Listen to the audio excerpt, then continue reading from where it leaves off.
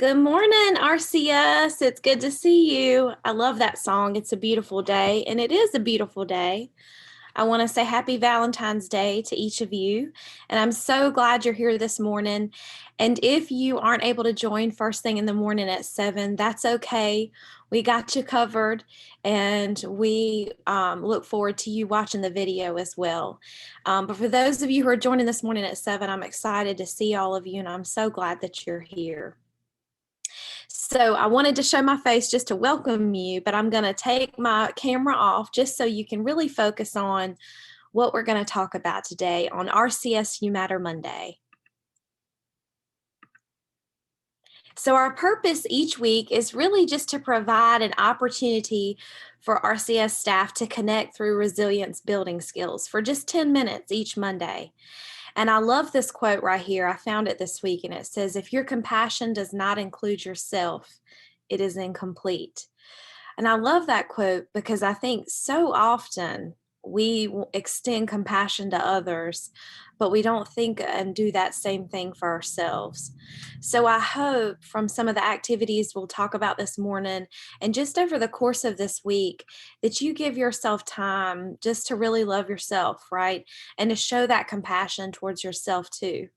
I know this year has been incredibly hard on many of us and in many different ways.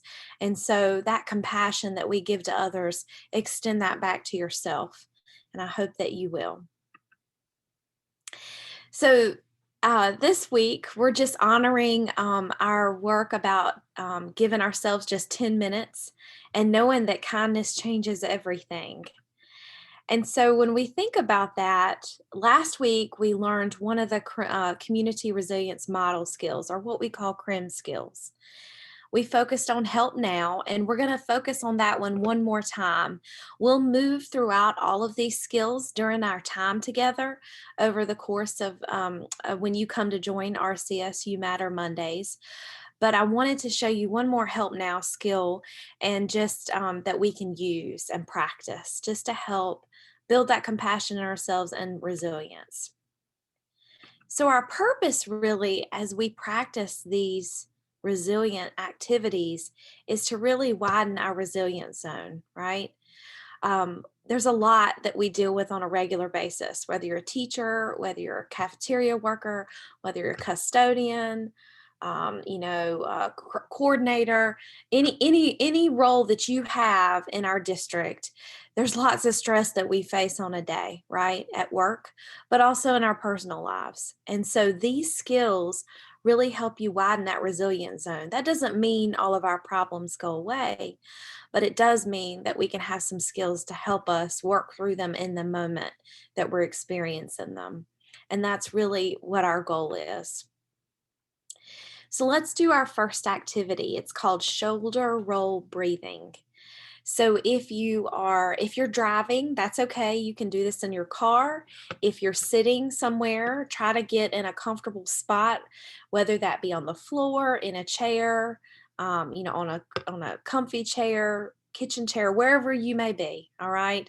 Or in your classroom at school, right? Wherever you are, what I want you to do is just find a spot and try to really settle down in that spot, all right? And I'm doing this with you to hopefully give you time to get in that spot, and place your feet on the ground, both of them, your right and your left leg, and let your feet sit in a comfortable position, and sort of stretch out your back and arch your back. And once you find this comfortable place to sit, what we're going to do is we're going to breathe in deeply and out through our nose, and you'll be able to feel like your stomach and your diaphragm just kind of lifting and breathing. But then also, as we come down, we're going to roll our shoulders back too. All right. And we're going to repeat this 5 times today. All right. So as you breathe up, and here I'll show my camera just so you can see what we're going to do. As you breathe up, you're going to actually go and bring your shoulders up almost to your ears and let them down. So you'll breathe up And then let your shoulders come down. All right, that was just a practice so you could see what we're doing. So now we're going to start and do this 5 times. All right. So breathe up with your shoulders coming up to your nose. Breathe up to your ears, excuse me.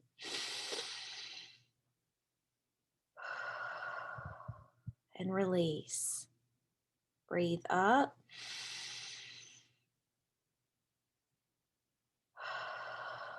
And release. And breathe up.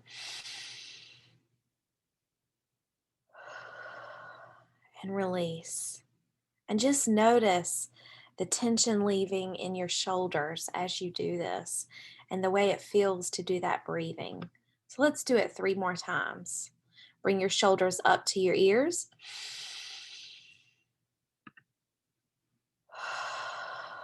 And then release. And then one more time, your shoulders up. And then release. One more time, shoulders up. And then release. And that last time, just really stretch out your shoulders and feel that tension just leaving your body. Thank you for doing that this morning. And I hope that you felt just, it feels so good to breathe like that. And then also to stretch your shoulders like that. So many times when we're going through the day and we're really trying to get a lot of things done, we forget to breathe like that slowly, right? We tend to breathe in fast, quick breaths and we're rushing. So if you can just take a moment when you feel yourself doing that and just do that shoulder roll breathing, and you'll be amazed at how that calms you when you're going through your day. And really, when we're thinking about breathing exercises, it doesn't have to take a lot of time in our day. What we just did just now really didn't take very long. You could do that 2 or 3 times, even just walking from class to class, running to the restroom, running up to the front office to deliver something, whatever you might be doing, just take a minute and do that shoulder roll breathing, right? It's really just about setting that time away and then focusing on your body and releasing that tension when you do it. All right. And if we did this just 5 minutes a day, but even if 5 minutes seems like too long, and trust me, I know how it is some days. I know it's like that and that it is too long sometimes. So if that's the case, just make sure that you do it for 1 or 2 minutes, right? And you can practice that multiple times a day. Coming up at 20 minutes after. And if you're joining us, you can just make sure to mute. That would be great. Thank you so much.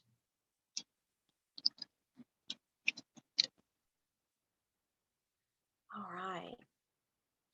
So in honor of Valentine's Day, I wanted to do, what I've tried to do is give you a crim skill each week and then also give you a little bit of inspiration to kind of get through our week, right? And so in honor of our theme for kindness changes everything, I want us to talk about something special this morning and in honor of Valentine's week.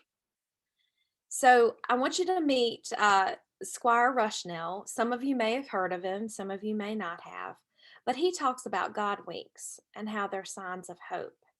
And so, what's a God wink? Well, I'm going to let him describe that to you. And then we're going to talk a little bit about that this week and how that's related to kindness changing everything. Hi, I'm Squire Rushnell. So what's a God wink? Well, it's what some people might call a coincidence. Other would say it's an answered prayer, or maybe, wow, what are the odds of that happening? It's like when you were a kid sitting at the big table and you looked up and you saw somebody you love looking back at you. Mom or dad or grandma, they gave you that little wink. You never said, what do you mean by that? You knew. It meant, hey, kid, I'm thinking of you right now. Well, that's what a God wink is. Hey, kid, I'm thinking of you. So, I want to share with you just a little bit about a God wink. All right. So, you heard Squire explain that it just is a sign that, hey, I'm thinking of you. So, I want to tell you a little story. All right. It's a true story.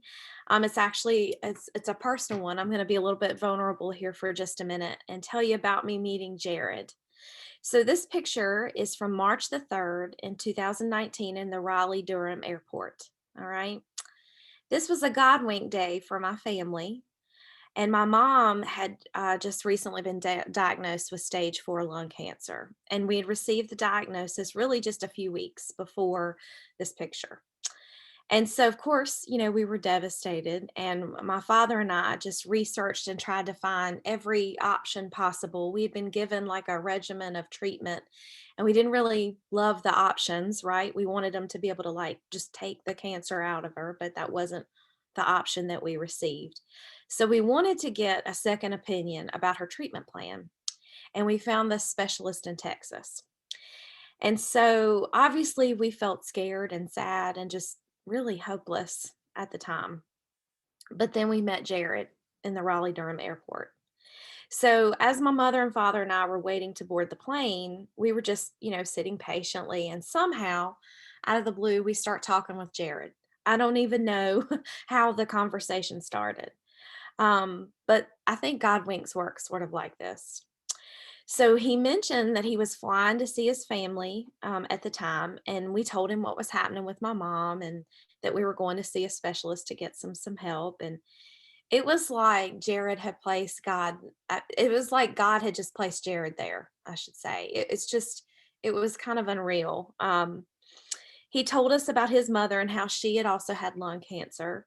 And like my mom, had, really been given not a great diagnosis. And he talked about the treatment and he just talked about having hope through it and working through it. And just the words that he said and the way he was there, it just gave us such a sense of hope. And at that moment, it was exactly what we needed. Certainly, there were no quick answers or anything like that that he could give us. But the fact that he just took that time out of his day, didn't really have to talk to us, but he did. And to share that hope was just really amazing. Um, and so I just say all that to say that I think God winks can come to us like that when we least expect it. We definitely weren't expecting it, but we definitely needed it that day in the Raleigh Durham airport. We were really sad and frustrated, but just that little bit of time that Jared took with us gave us a sense of hope that really helped us get through that trip and began starting her treatments when she got back from that trip. And it just really helped us, just have this feeling of we can get through this. It was like a God wink, right? Like God sent Jared down just to give us that message. And I often think, what if Jared hadn't taken that time, right, to have that conversation? What if he was busy searching at his phone, had his earpods in? What if he just, decided he was too busy to talk to us? And I think he took that time to be a blessing to us. And so when I think about that, I challenge us this week, right, on the week of Valentine's, as we think about kindness changing everything, is that what could we be a God wink for someone else, or could they be one for us? But to be open to that possibility and to bring hope to others. You just never know what your words of encouragement, that they could be the spark that pushes a person forward. And that's really what Jared did for us.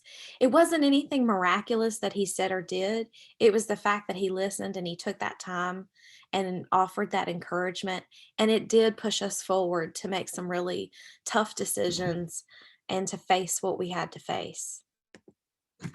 And so this week is actually on February 17th is Random Act of Kindness Day. All right. And so I want us to try to do this today. All right. Whether it be a God wink for someone or a random act of kindness, right? What I want you to do when I think about kindness and I think about um, just what that does. I love this picture of the hands stretching out and this light shining. I think it brings light to others. I know that's what Jared did for us. And so if you'll pick up your phone, or if you're near your computer or social media, wherever you are, and if you're driving, be safe. Don't do that right now if you're driving. You can do it as soon as you get stopped. But wherever you are, if you'll access whatever way you can communicate, and think of someone that you've not talked to in a while. Maybe it's someone who's on your team that you just haven't had to have a chance to have a good conversation with lately, someone in your family or a friend that just may need a word of encouragement. What I want you to do is just send them a text, send them an email, send them, something through Facebook Messenger, whatever you got. Let them know that you're thinking of them. Let them know that they matter to you and that you care about them. So instead of saying, let's do that later, let's do it right now. So I'm going to pick mine up and I'm actually going to do it with you. All right. I'm going to text a friend of mine that I haven't texted in a while.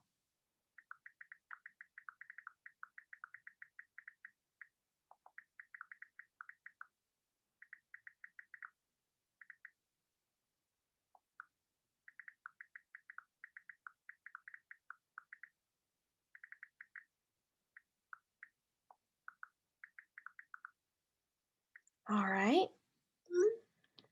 So I just sent my text. I hope that you're in the process of doing that or have done that. And if you haven't finished, you take that time to finish really quick. It doesn't have to be a long message, just something to let them know that you're thinking of them. And as you sent that, last week we talked about a resiliency pause. This is a different type of resiliency pause. And I want you to notice how it felt to extend that gratitude to someone.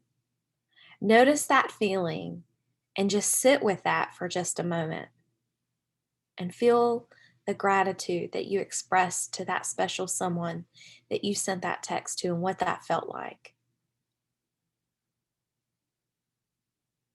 I know for me, it felt warm and it felt good, made me smile.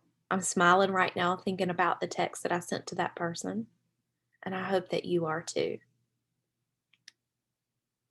When life gets really stressful, finding ways to show our gratitude towards others is another resilience skill that we can take and an action step in our lives to help manage that stress.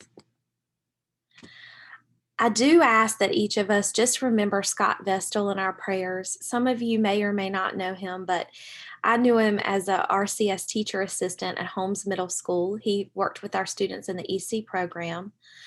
He did pass away on February 11th, and I just wanted to honor him in this space and just say that we're grateful for his service and his love for our students. He was always so sweet to our students, and we just really appreciate him. So if you'll just think of the Holmes EC family there, the Holmes Middle School family, and then just also Scott's family as well, and keep them in your thoughts and prayers. I do want to remind you that our RCS You Matter Mondays are on our behavioral health page. You can click on that and it's on the front of our website. And you just click on the picture that looks like this and it'll take you to RCS You Matter Mondays. And then also, just as a reminder, we have our virtual reset room, which has lots of relaxation and calming activities that you can just pull up at any moment and try, just as we did that breathing exercise this morning. So I want to say thank you for coming to RCS You Matter Mondays today, whether it be in person, whether it be through video. I just want to say thank you for the incredible work that you do. I hope that this time, this little chunk of time, gives you a sense of renewal and appreciation for all that you do each and every day. Thank you so much, and I hope you have a beautiful day.